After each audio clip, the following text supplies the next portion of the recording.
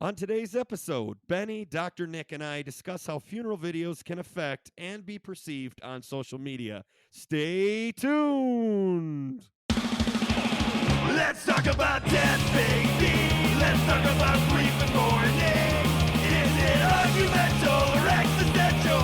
What's it mean to me? Let's talk about death. Hi, I'm Benny Capal, and I'm a funeral professional. And I'm Nicholas Capal, a psychologist.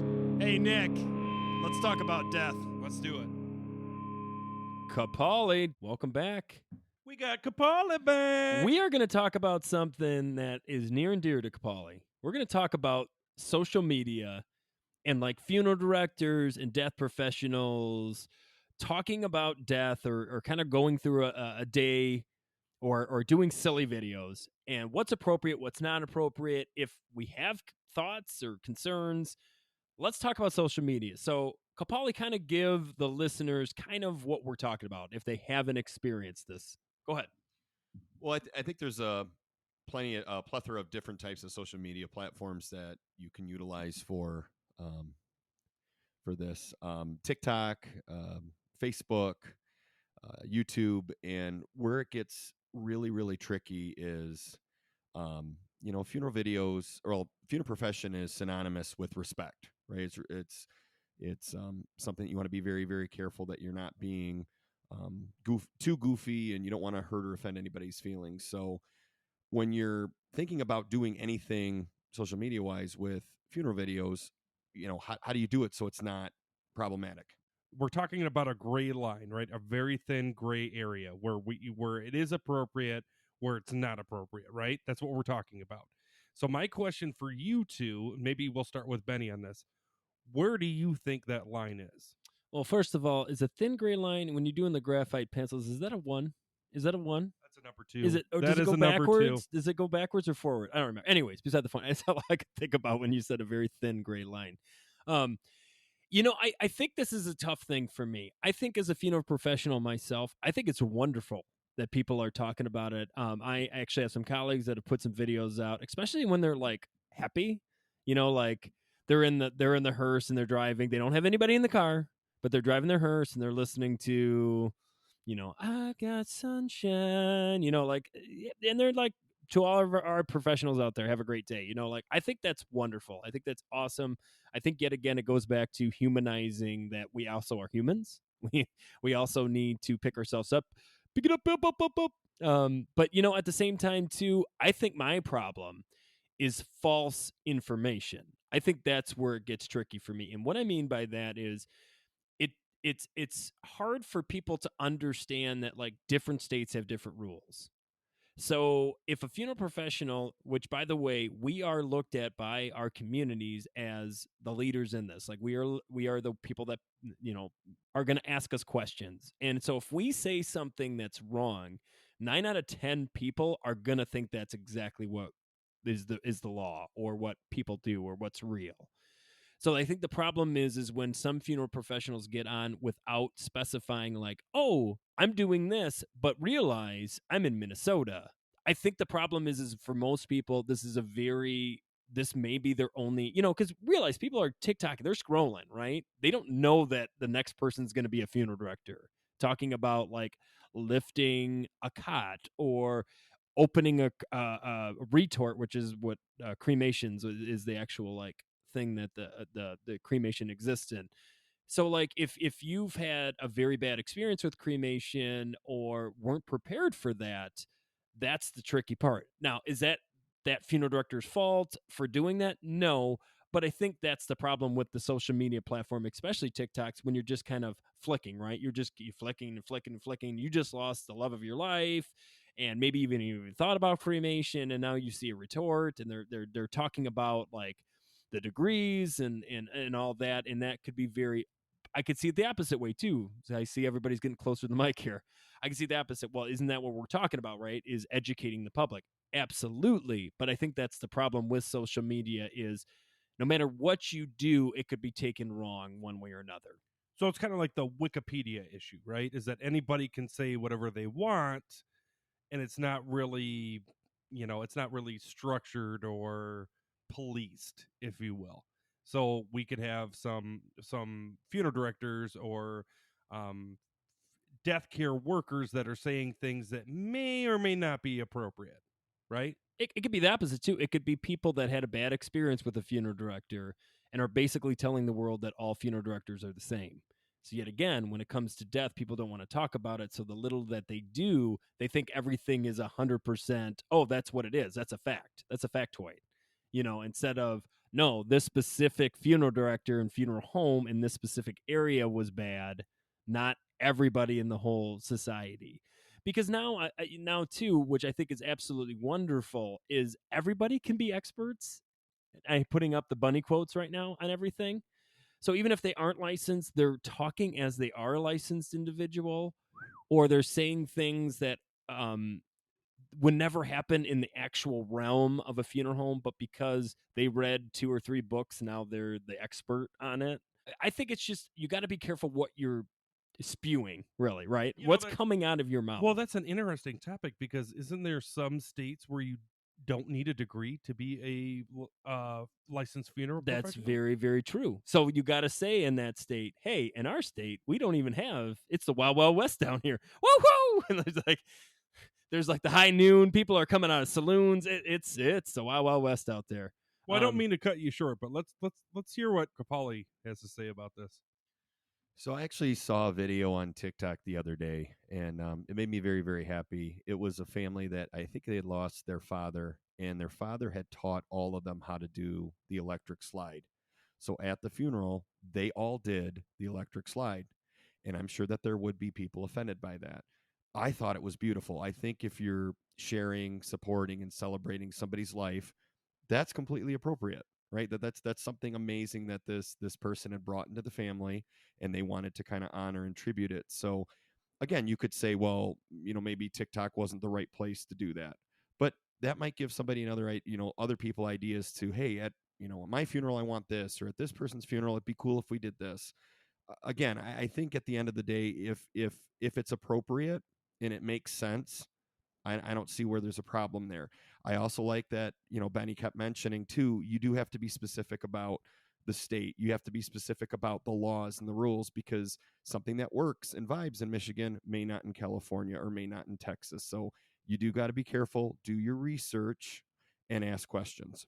Well, I think another thing too that gets brought up on social medias a lot is like the different ways you can use disposition, right? How to actually dispose of the body. I don't mean that in a crude way. That's the terminology. So like cremation versus burial. Now we're talking aquamation, or you're talking terramation, which is mulching of the body. Some states don't allow that. So if you're on your soapbox and you're propaganding one or two of these ways, and maybe in that state, that could cause some extra grief to that family member or that individual that they find out later that it's not allowed in their state. These are just all things to think about. Kapali, you brought up the electric slide at a funeral. I know of some families that would be like, well, funerals aren't here to entertain; they're here to mourn the lost one, right? Some people say celebration, some people believe in the mourning. So I think at the end of the day, for me, it goes back to what we've always said. Whatever the family wants is what I want to do, because that's what they need to get through their grieving journey. The problem is no matter what you do, somebody out there will be offended or could be offended by it. I understand that. And I think that's the biggest problem too. Like, you're flicking through these things. You don't like it, flick away. Like, you don't have to do the electric slide at your funeral. Nobody's making you do the electric slide at your funeral.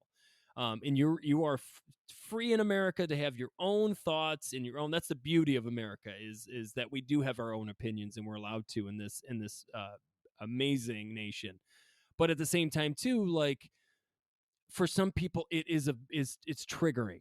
So is it the person's fault who's making the video? No, but I also think like there's a problem with people that are trying to talk about death, and they're trying to do new things, Kapali, and they're trying to go out there and do electric slides, and then in the comments they're getting bombarded by people too, because that's the other thing we haven't talked about. There are people called trolls specifically out there just to cause havoc, right?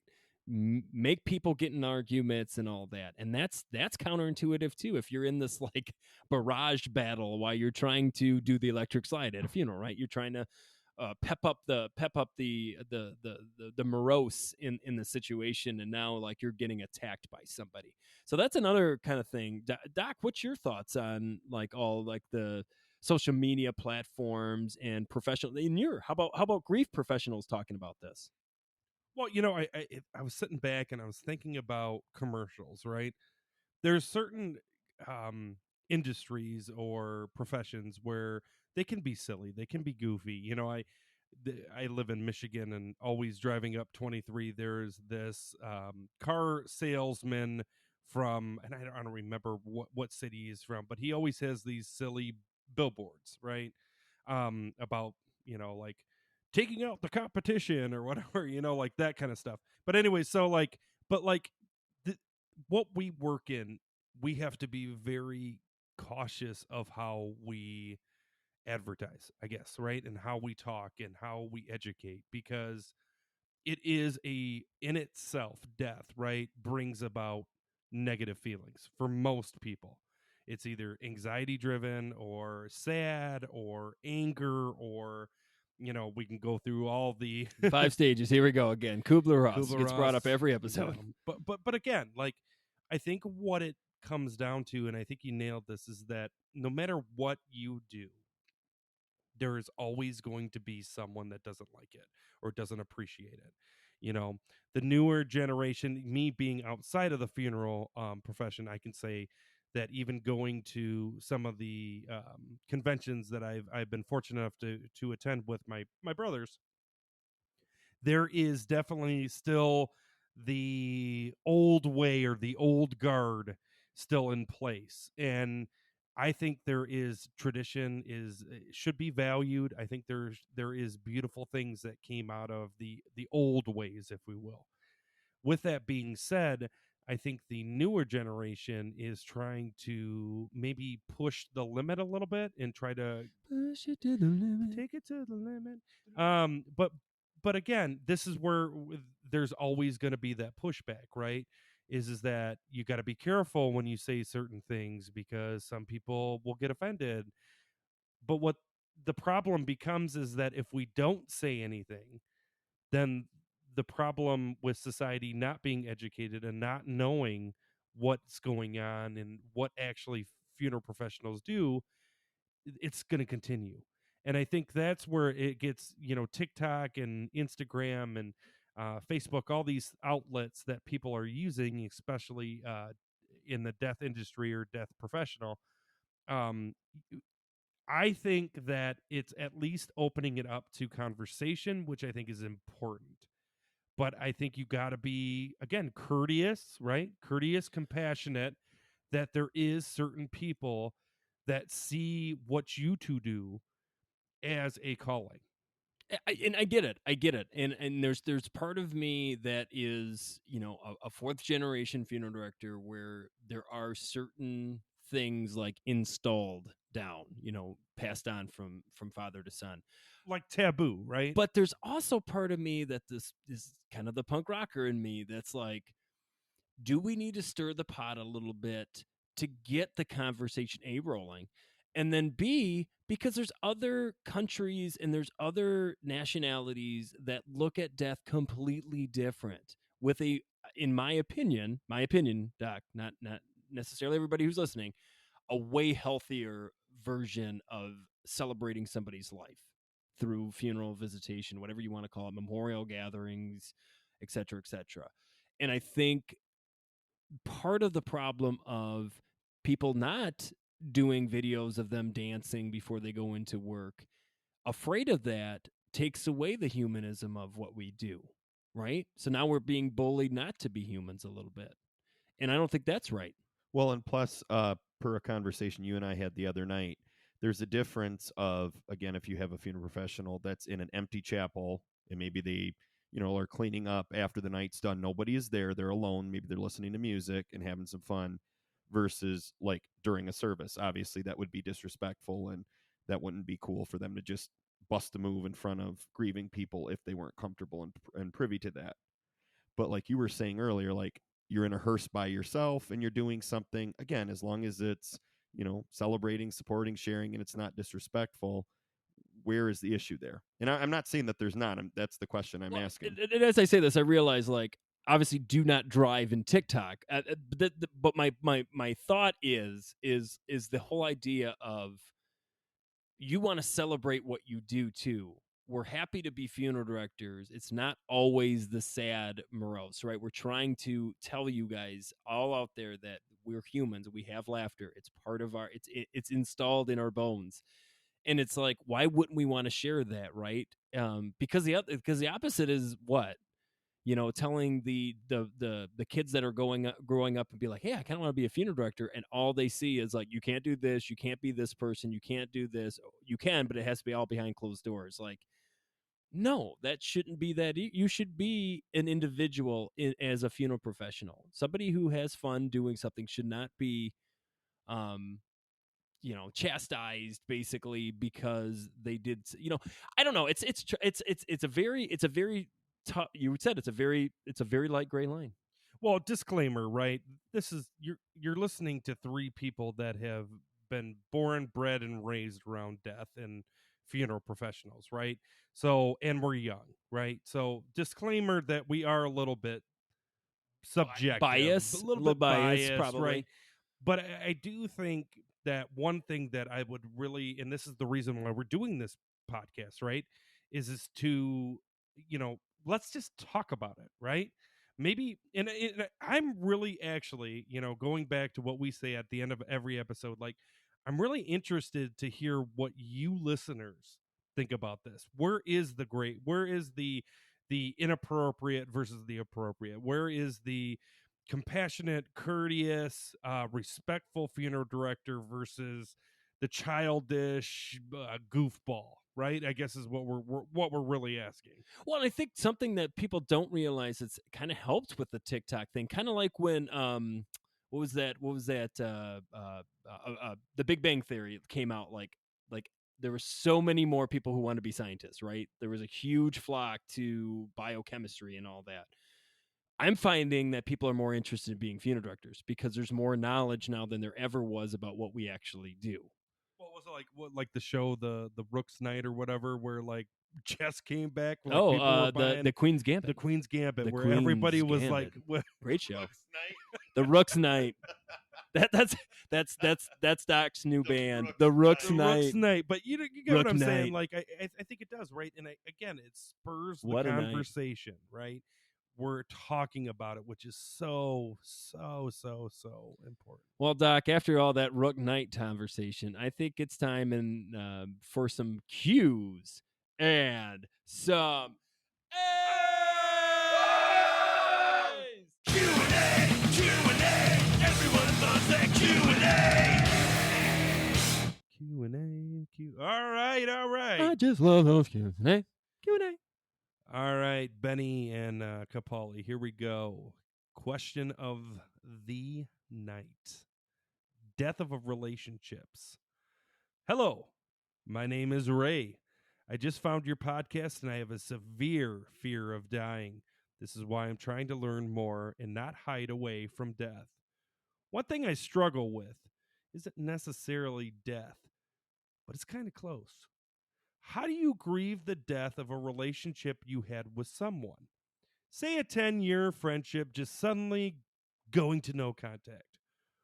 Or in my case, an abusive stepmother who has ruined my relationship with my father and siblings. I haven't talked to them in years. How do you grieve the loss of someone who is still alive? I hope you can answer my question. I'm sorry if it is too off topic.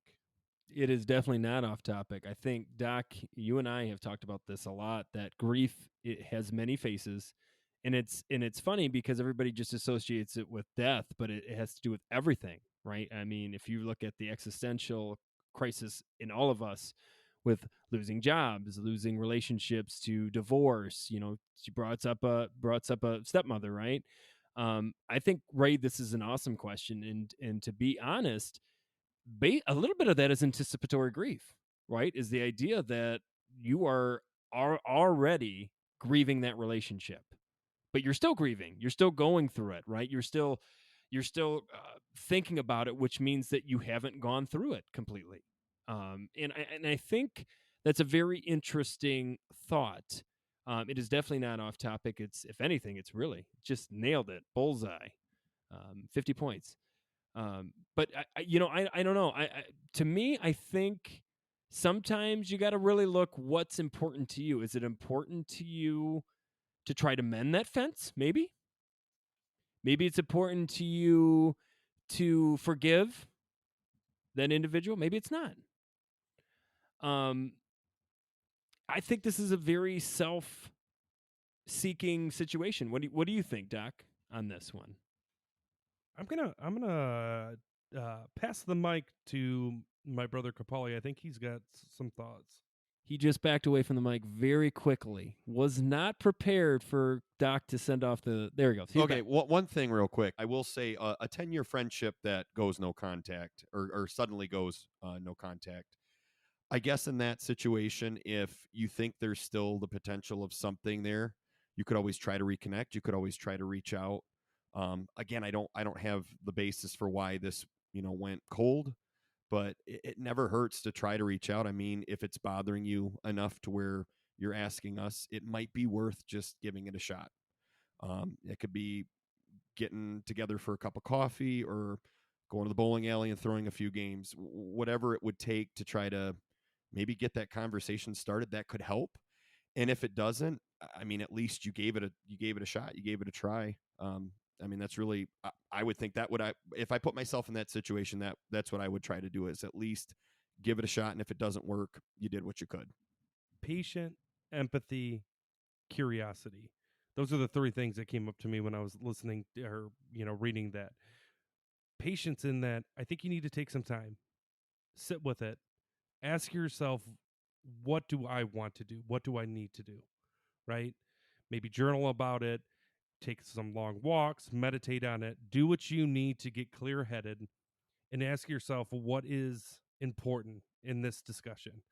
Is it mending that relationship, or acceptance, right? Accepting that maybe that relationship needs to go. Maybe it needs to die in a way. I always tell my clients that it's really important to surround yourself with healthy people, right? Healthy people stem healthy you, right? Because they're going to be there to be productive. They're going to help build you, build your self-esteem, not shoot you down. Curiosity comes to the point where I think you really need to ask yourself, what am I really asking here? Am I asking how to accept the fact that I've lost relationships, not only with this, this wicked stepmother, but the relationship, because it sounds like you lost the relationship with your father. Maybe that's where the pain is really coming from. It has nothing to do with, maybe it doesn't have anything to do with the wicked stepmother. It's the idea that you lost your relationship with your father, and knowing that someone outside of both your realms, right, came in and destroyed that. It's never too late. You can always send a letter. There's a lot of ways with technology now. You don't necessarily have to go in person. But what I would also do is maybe one thing that could really be helpful for you. Write a letter. You don't necessarily have to ship it out. But it's really good to get your feelings, your thoughts out of your head. Because if we leave them in there, they tend to stem and fester and lead to anxiety and depression. Take some time, take care of yourself, think about it patiently, compassionately. You have feelings, you're allowed to feel, you're allowed to be angry, you're allowed to be sad. We can't control our feelings. This is my thought. We can't control our feelings. We can control our behaviors. So one of the other things I tell people all the time, don't do anything when you're really angry, because normally anger does not stem appropriateness, nor are you actually getting your point across. We're just throwing daggers. Get yourself in a very healthy, good place, calm place. think of what you want to do, and then act. That would be my thought process. Wow, I got goose pimples there. Goose pimpies. That was really good, Doc. That was I'm proud of you for that one. That was good. That was really good. Yet again, thank you all for listening. Send us more of these questions. If you want Doc to 10 out of 10 it again, send us your questions. Send it to let's talk about death pod@gmail.com. Like us, subscribe, send us out there. Stars. Send us out to those social media platforms. Say, check it out. And we have our own. Check us TikToks and Instagrams and Facebooks. You'll find us. Oh, you'll find us. And like always, if you're not talking about death, You ain't living. Thank you.